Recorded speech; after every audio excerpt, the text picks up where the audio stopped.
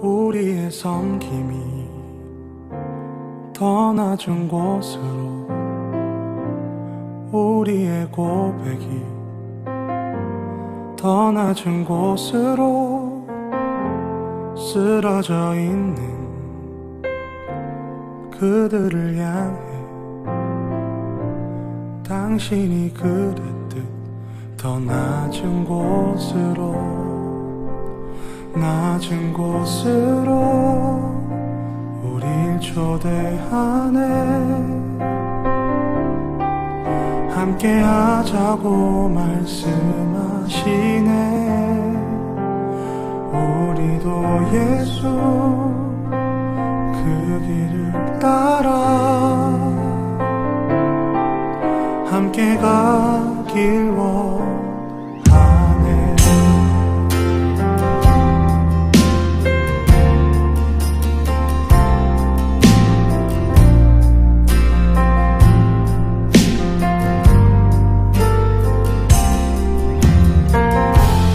우리의 섬김이 더 낮은 곳으로, 우리의 고백이 더 낮은 곳으로 쓰러져 있는 그들을 향해 당신이 그랬듯 더 낮은 곳으로, 낮은 곳으로 우릴 초대하네. 함께 하자고 말씀하시네. 우리도 예수 그 길을 따라 함께 가길 원하네. 주님이 우리와 함께 하시네. 십자가 피 흘린 예수의 손으로 모든 아픔을 위로하시네. 우리에게 보여주셨네. 주님이 우리와 함께하시네. 십자가 피 흘린 예수의 손으로 모든 아픔을 위로하시네. 우리에게 보여주셨네. 주님이 우리와 함께 하시네. 십자가 피 흘린 예수의 손으로 모든 아픔을 위로하시네.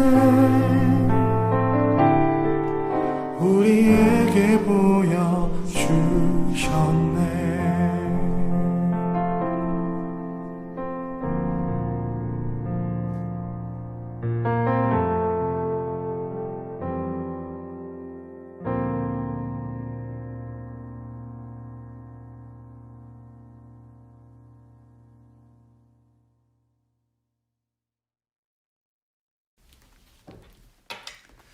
오늘 함께 나눌 말씀은 마태복음 4장 12절에서 17절의 말씀입니다. 마태복음 4장 12절에서 17절의 말씀을 저와 한 목소리로 봉독하도록 하겠습니다. 마태복음 4장 12절에서 17절입니다. 예수께서 요한이 잡혔음을 들으시고 갈릴리로 물러가셨다가 나사렛을 떠나 스불론과 납달리 지경 해변에 있는 가버나움에 가서 사시니 이는 선지자 이사야를 통하여 하신 말씀을 이루려 하심이라. 일러스되 스불론 땅과 납달리 땅과 요단강 저편 해변 길과 이방의 갈릴리여, 흑암에 앉은 백성이 큰 빛을 보았고 사망의 땅과 그늘에 앉은 자들에게 빛이 비치었도다 하였느니라. 이때부터 예수께서 비로소 전파하여 이르시되 회개하라 천국이 가까이 왔느니라 하시더라. 아멘. 네, 오늘 본문 말씀은 이제 예수님께서 공생의 사역을 본격적으로 시작을 알리는 종소리와도 같은 말씀이라고 볼 수 있는데요. 근데 친구들한테 조금 생소할 수 있는 말이 공생애라는 말일 것 같아요. 공생애란 예수님이 성인이 되어서 이제 세례 요한에게 세례를 받으시고 그 난 이후에 약 3년 반 동안 복음을 선포하시고 제자들을 가르치시고 많은 기적을 보여주신 공식적인 사역 기간을 말합니다. 엄밀히 따지면 이제 17절부터 이제 예수님의 사역이 공생의 사역이 시작된다는 것으로 보면 되는데요. 마태복음은 예수님을 이 땅에 왕으로 오신 예수님의 관점으로 기록하고 있습니다. 그리고 그 사역이 바로 시작되는 구절이 이 4장 12절, 마태복음 4장 12절에서 17절 말씀인 것입니다.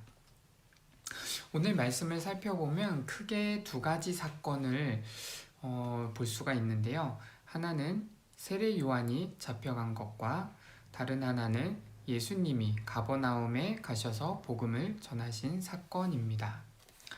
12절에 보면 예수께서 요한이 잡혔음을 들으시고 갈릴리로 물러가셨다가 라고 나오죠.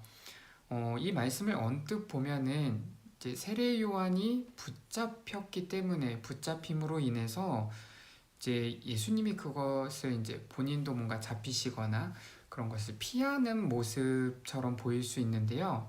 사실 이제 그 성서학자들에 의하면 이 세례 요한이 잡혀간 그 때와 예수님이 갈릴리로 가셨던 그 시간상 비슷했기 때문이지 이제 세례 요한이 잡혀갔기 때문에 그것을 피하려고 예수님이 떠나셨다는 것은 아니라고 합니다. 전혀 직접적인 상관이 없다고 해요.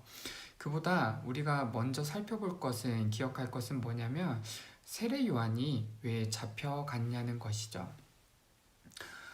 이 부분에 대해서는 우리가 나중에 좀 더 깊이 있게 살펴볼 시간이 있기 때문에 결론적으로 말씀을 드리자면 분봉왕 헤롯, 이제 세례 요한과 예수님이 활동하던 시대의 왕이 이제 헤롯인데요.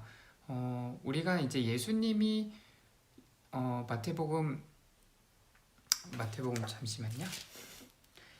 마태복음 2장에 동방박사들이 만났던 그 헤롯 대왕, 그리고 2살 아래에 예수님을 없애기 위해서 2살 아래의 모든 남자아이들을 죽이라고 명령한 헤롯 대왕과는 다른 사람입니다. 네, 다른 사람이지만 성경에는 그도 헤롯이라고 나와요.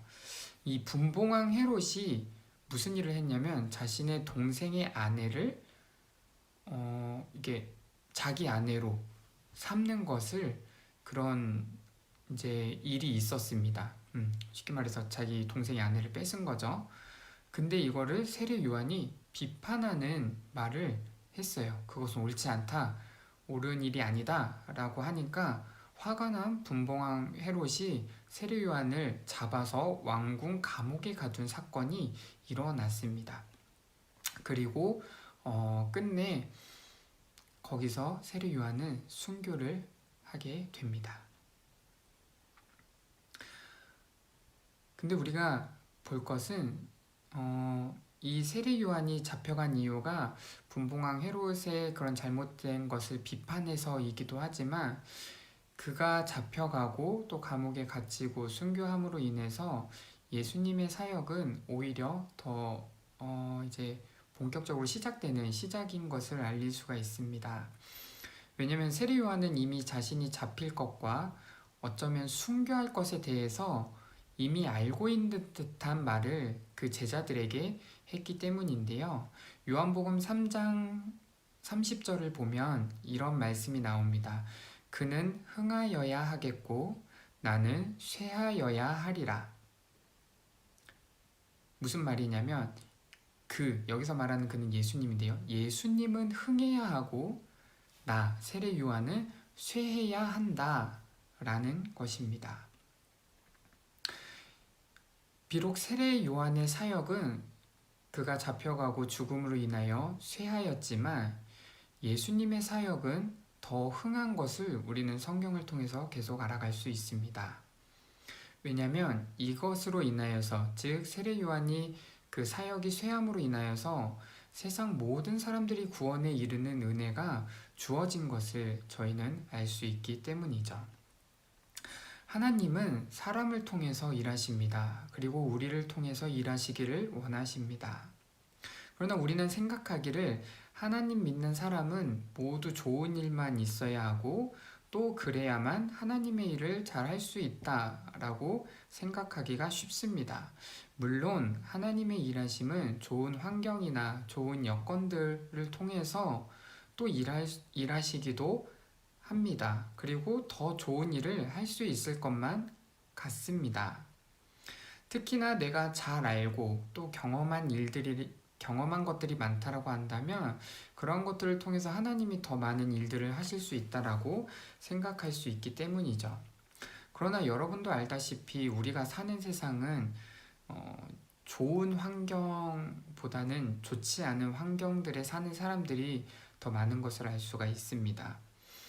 그리고 그 환경들을 통해서 하나님이 일하시지만 사실 우리는 그곳이 어딘지 또 어떤 상황에서 어떻게 하나님이 일하실지 우리는 알지 못하는 경우가 더 많습니다. 그곳이 세례 요한이 갇힌 차가운 감옥인지 또는 모세와 다윗이 겪었던 광야 같은 곳일지 또 우리나라일지 아니면 외국일지 하나님이 우리를 통해서 어떻게 일하실지 어떤 일들을 하실지 우리는 알 수 없습니다. 하지만 하나님은 그곳에서도 일하신다는 것을 우리는 기억해야 합니다. 좋은 환경, 좋지 않은 환경이 중요한 것이 아니라 하나님이 원하시는 곳, 하나님이 뜻하시는 곳에서 하나님은 하나님의 일을 이루어 가신다는 것입니다. 왜냐하면 예수님이 누구를 위해 오셨고 어떤 일들을 하셨는지를 우리가 말씀을 통해서 알 수 있고 또 그것이 하나님의 뜻인 것을 알 수 있기 때문입니다. 우리가 두 번째로 살펴볼 것은 예수님이 왜 가버나움에 가셨는가입니다. 12절 끝부분을 보면 예수님은 갈릴리로 물러가셨다가 13절에 나사렛을 떠나 스불론과 납달리 지경 해변에 있는 가버나움에 가서 사시니 라고 나오는 것을 볼 수 있습니다. 자, 여기서 퀴즈 하나 드리겠습니다. 예수님의 고향은 어디일까요? 네, 맞습니다. 바로 나사렛입니다. 친구들 이제 축구나 농구, 야구 경기를 혹시 본 적 있나요?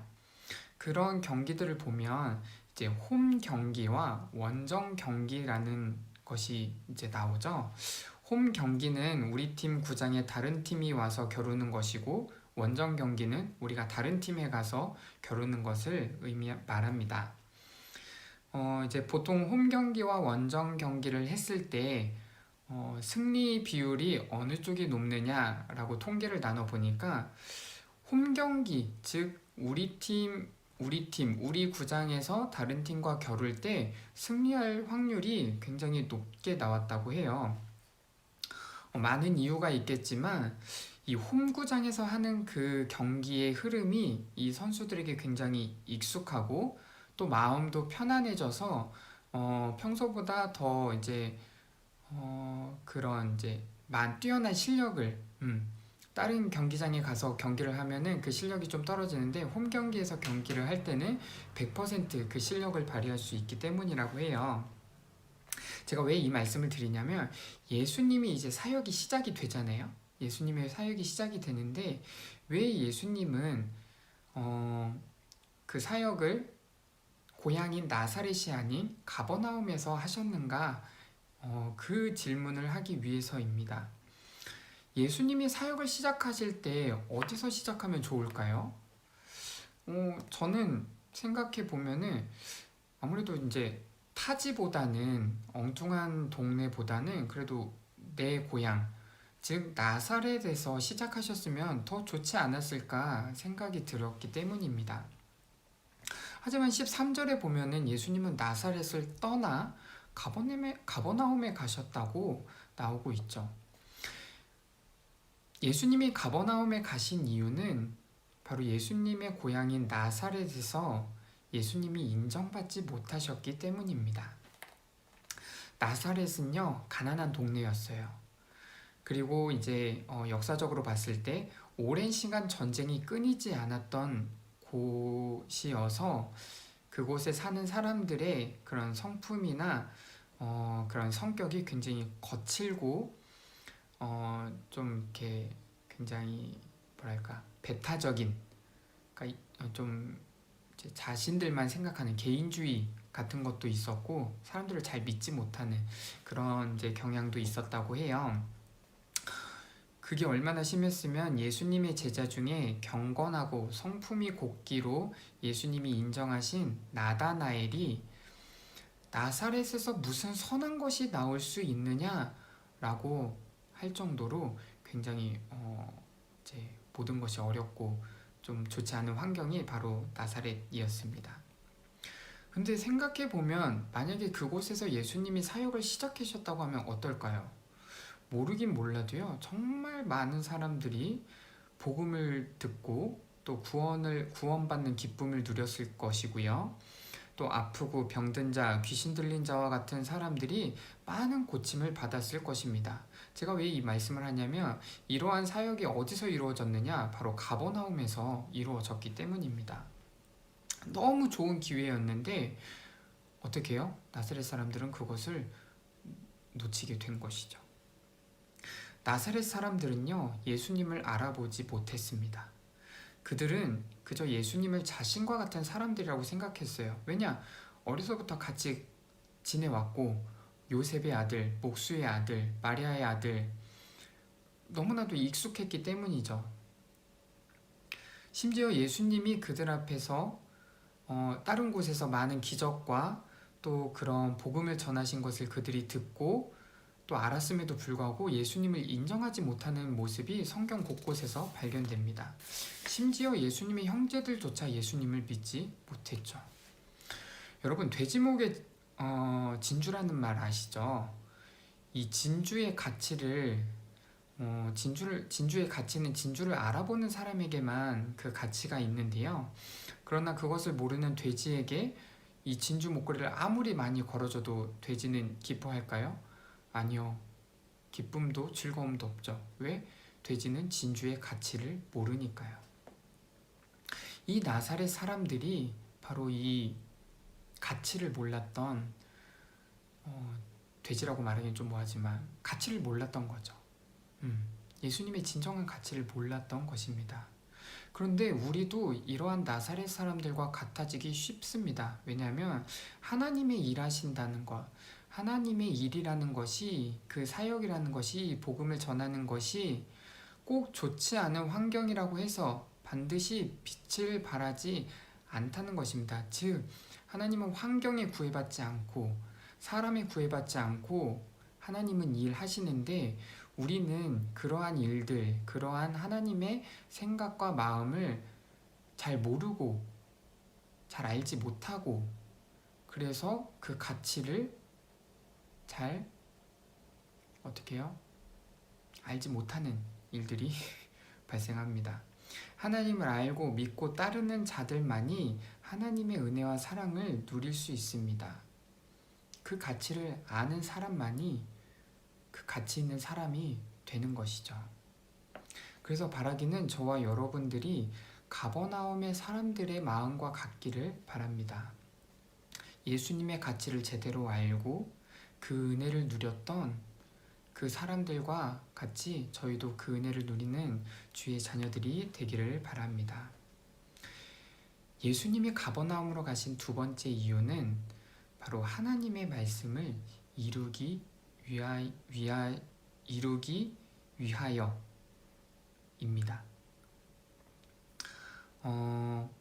첫 번째 이유는 나사렛에서 이 예수님을 인정하지 않았기 때문에 거기서 사역을 시작하지 못한 것이지만, 사실 그보다 더 큰 이유는 바로 그곳으로 가는 것이 예수님이 하나님의 말씀을 이루는 하나님의 말씀을 이루는데 굉장히 중요한 것이 있었기 때문입니다. 15절 16절에 보면 스불론 땅과 납달리 땅과 요단강 저편 해변길과 이방의 갈릴리여, 흑암에 앉은 백성이 큰 빛을 보았고 사망의 땅과 그늘에 앉은 자들에게 빛이 비추었도다 하였느니라. 이 말씀을 보면은 우리 친구들 성경에도 이렇게 표시되어 있는지 모르겠는데요, 이렇게 스불론 앞에 보면 니은이라고 표시되어 있는 거 혹시 보이나요? 무슨 말이냐면 이 말씀은 구약의 성경을 인용했다는 것을 의미합니다. 그리고 여기서 인용된 말씀은 이사야서 9장 1절에서 2절 말씀인데요. 여기 나오는 스불론, 납달리, 요단강 저편 해변길과 이방의 갈릴리는 쉽게 말하면 버려진 땅, 잊혀진 땅이라고 말할 수 있는 곳들입니다. 이 땅들은요, 이스라엘 12지파 중에 스불론과 납달리 지파가 살던 땅이었습니다. 근데 이곳도 전쟁이 굉장히 많았던 지역이었어요. 한 번은 아수르라는 나라가 쳐들어와서 도저히 회복이 불가능한 타격을 받게 되었고요. 또 이곳을 점령한 아수르가 무슨 일을 했냐면 다른 민족들, 그러니까 다른 나라 사람들을 여기다가 강제 이주를 시킨 거예요. 그래서 거기서 살게 만들었습니다. 그러면 어떻게 해요? 이 땅에 살던 사람들은 당연히 그들과 어울릴 수밖에 없고 함께 할 수밖에 없고, 그들과 결혼을 하고 그들과의 문화가 섞여서 이제는 누가 유대인이고 누가 외국인인지, 분명 우리 조상 중에 유대인이 있는데 우리 아버지는 뭐 다른 나라 사람이라든지, 우리 어머니는 뭐 다른 나라, 우리 어머니는 유대인인데 다른 나라 사람이랑 결혼했다든지, 우리 아버지는 유대인인데 다른 나라 이제 어머니와 결혼을 했다든, 이런 일들이 막 발생하게 된 거죠. 그래서 모든 것이 다 섞여버리는 일이 나타납니다. 그러다 보니까 이제 이스라엘에서도 이 스불론, 납달리 그리고 이방의 갈릴리 지역은 아무에게도 쓸모없는, 그들에게 큰 의미가 없는 땅이 되었어요. 그리고 심지어 이 가버나움이라는 곳은요, 구약 성경에 나오지도 않습니다. 왜냐면 이제 포로기 이후 시대에 생긴 마을이기 때문이죠. 쉽게 말하면 원래 유대인들에게 없던 땅이 바로 이 가버나움이었습니다. 모두의 관심에서 잊혀졌고 외면당한 땅이 바로 가버나움이었고, 그래서 예수님이 그곳에 가시게 된 이유도 있습니다. 유대인들, 즉 이제 유대인들이 가장 많이 사는 곳이 예루살렘인데요. 예루살렘에 사는 이스라엘 사람들에게는 율법이라는 것이 있었어요. 그리고 그들은 이 율법을 잘 지키고 살면 구원받을 것이라고 생각을 했습니다. 하지만 누구나 다 이 율법대로 살면 구원받는 것은 아니었습니다. 오직 하나님의 선택받은 아브라함의 자손 이스라엘 사람만이 이 율법을 알고 지킬 수 있었고, 그것을 지킴으로 인해서 구원받을 자격이 주어졌습니다. 쉽게 말하면 이 아수르의 혼혈 정책으로 인해서 모든 것이 다 뒤섞여버린 스불론, 납달리 그리고 갈릴리 지역의 사람들은 그 기회조차 주어지지 않았어요. 왜냐? 그들은 이방인이었기 때문이죠. 제가 있던 키르기즈스탄이라는 나라는 중앙아시아에 속한 국가인데요.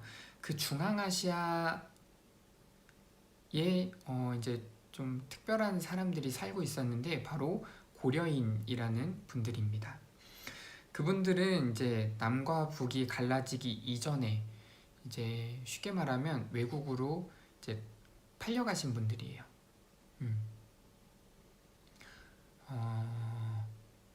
그쵸. 그쵸. 네, 저희 나라가 남과 북으로 갈리기 전에 외국에 팔려가셔서 그곳에서 살면서 이제 일을 하고 그 일을 한 돈을 어디로 보냈냐? 이제 북쪽으로, 네, 북쪽으로 이제 그 돈이 가고 그러면서 이제 그곳에서 정착하고 사셨던 분들인데 문제는 전쟁이 끝나고 남북이 분단이 되면서 이제 북한은 그들을 받아들일 수 없고 우리 또 이제 우리나라에서도 그들을 이렇게 복귀시킬 방법이 막히게 되어 버리면서 뭐 러시아 사람도 아니고 뭐 키르기즈 사람도 아니고 그렇다고 한국 사람도 아닌 고려인들이 되어버린 그런 이방인이 되었습니다.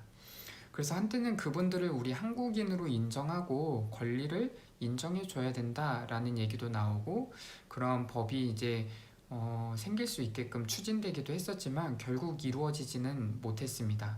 왜냐하면 너무 오랜 시간을 그들은 해외에서 살았고 말도 문화도 습관도 잊어버린 것이 너무 많기 때문에 한 민족이라고 하기에는 다른 것이 너무 많다고 생각했기 때문입니다. 근데 이 스불론과 납달리, 갈릴리에 살던 유대인들이 바로 이 고려인들과 같다고 볼 수가 있습니다.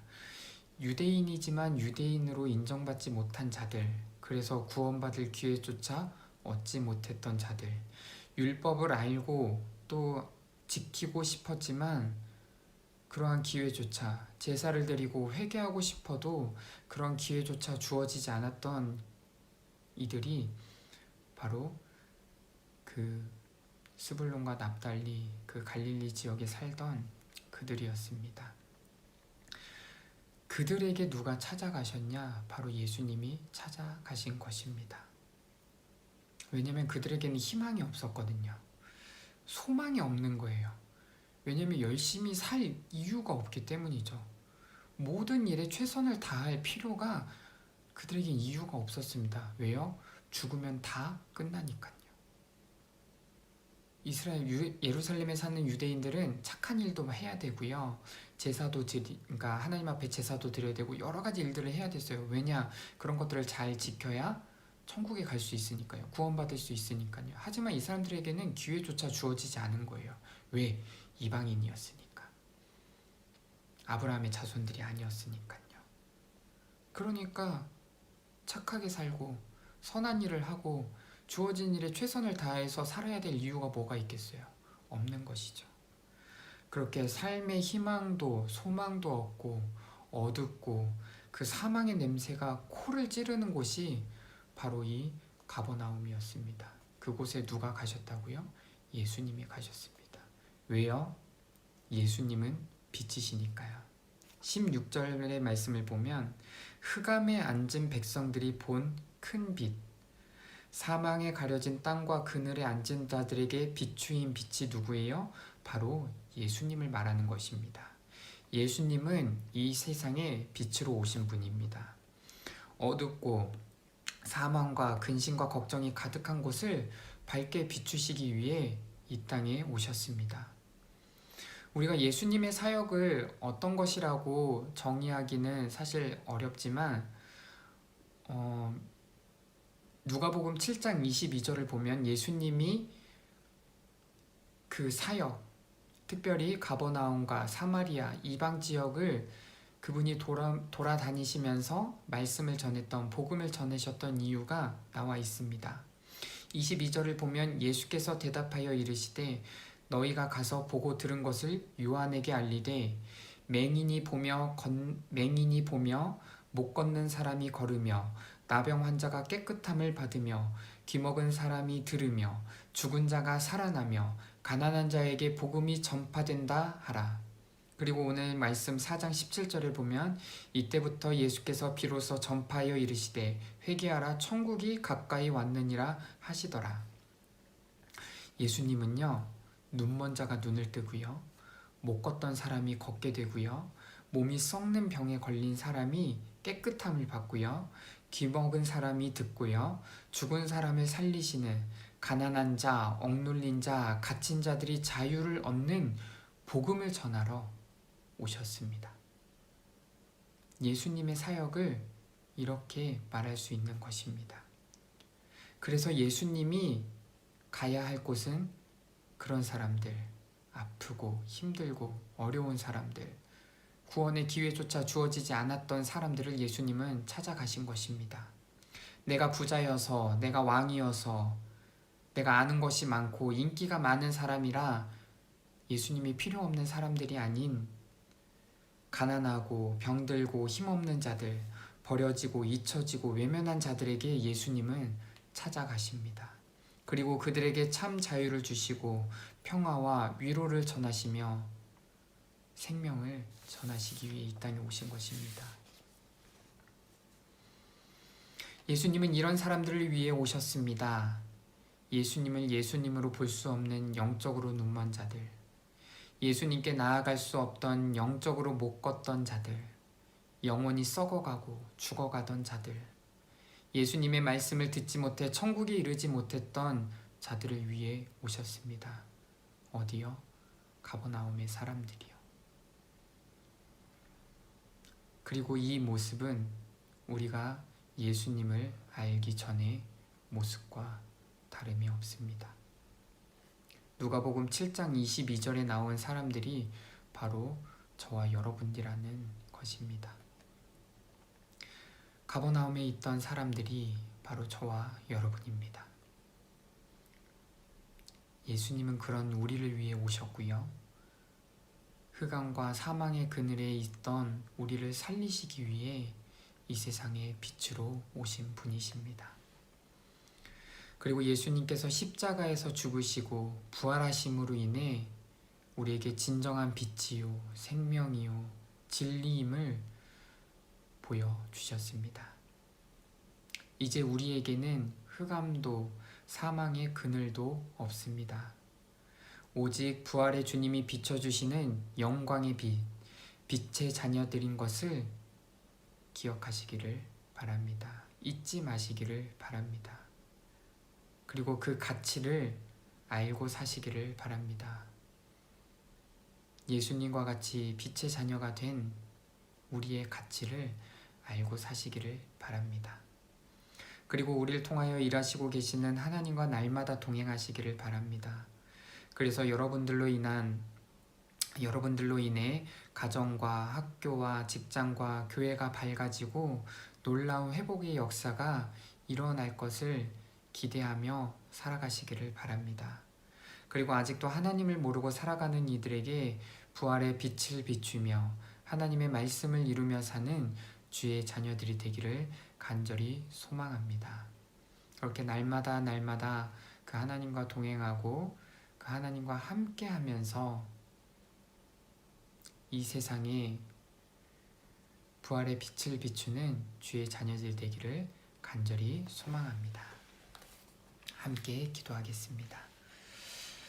사랑의 하나님 아버지 감사드립니다. 오늘도 저에게 귀한 시간 허락하여 주시어서 또 귀한 말씀을 함께 나눌 수 있게 인도해 주시니 참으로 감사드립니다. 하나님, 이제 예수님의 사역이 본격적으로 시작되는 시점에 저희가 함께 말씀을 나누었습니다. 다만 이 사역이 시작되는 곳이 우리가 하나님의 일하기 좋다고 생각하는 곳이 아닌 어둡고 그늘지고 버려지고 잊혀진 가버나움에서 그 하나님의 놀라운 사역들이, 놀라운 기적들이 아버지 시작된 것을 우리가 기억하며 나아갑니다. 주님, 저희가 살아가면서 생각하기로는 내가 잘되고 내게 좋은 환경이어야, 나에게 익숙한 환경이어야, 무언가 내가 생각하는 좋은 것들이 있어야만 하나님은 일을 할 수 있다고, 우리가 하나님의 자녀로 살아갈 수 있다고 생각하기 쉽지만 아니요, 예수님은 어두운 곳으로 가셨고 불리한 곳으로 가셨고 모두가 기억하지도 않는, 모두가 상대하지도 않는 그 땅을 통하여서, 그런 사람들을 통하여서 예수님이 이 땅에 오신 이유와 그 사명을 나타내셨음을 우리가 기억하며 나아갑니다. 주님, 바라기는 저희가 나사렛 사람들이 아닌 가버나움 사람들이 되기를 구하옵나이다. 예수님의 가치를 제대로 알고 인정하고 온전히 믿고 따랐던 가버나움 사람들과 같이 우리도 살아가기를 구하옵나이다. 그렇게 날마다 하나님과 동행하면서 우리가 이 세상의 빛의 자녀로서 더 이상 우리가 죄의 자녀가 아닌 빛의 자녀로서 아버지 당당하게 살아가는 주의 자녀들이 되게 하여 주시고 그러한 삶이 될 수 있도록 주님 인도하여 주시옵소서. 그렇게 날마다 우리가 부활하신 예수님과 함께 동행하며 그 부활의 빛을 가정과 학교와 직장과 교회에 비추는 그렇게 우리를 통하여서 우리의 발걸음이 닿는 곳이 하나님의 나라가 되고 하나님의 놀라운 역사가 일어나는 아버지 그러한 시간이 될 수 있도록 주님 인도하여 주시고 역사하여 주시옵소서. 그렇게 날마다 하나님을 향한 그 사랑과 믿음이 더욱더 깊어지는 우리 학생이 되기를 간절히 바라옵고 소원하옵나이다. 모든 것 주님께 맡겨드리며 예수 그리스도의 이름으로 간절히 기도하옵나이다. 아멘. 이 시간 다 함께 주기도문으로 기도드리고 예배 마치겠습니다. 하늘에 계신 우리 아버지, 아버지의 이름을 거룩하게 하시며 아버지의 나라가 오게 하시며 아버지의 뜻이 하늘에서와 같이 땅에서도 이루어지게 하소서. 오늘 우리에게 일용할 양식을 주시고 우리가 우리에게 잘못한 사람을 용서하여 준 것 같이 우리의 죄를 용서하여 주시고 우리를 시험에 빠지지 않게 하시고 악에서 구하소서. 나라와 권능과 영광이 영원히 아버지의 것입니다. 아멘.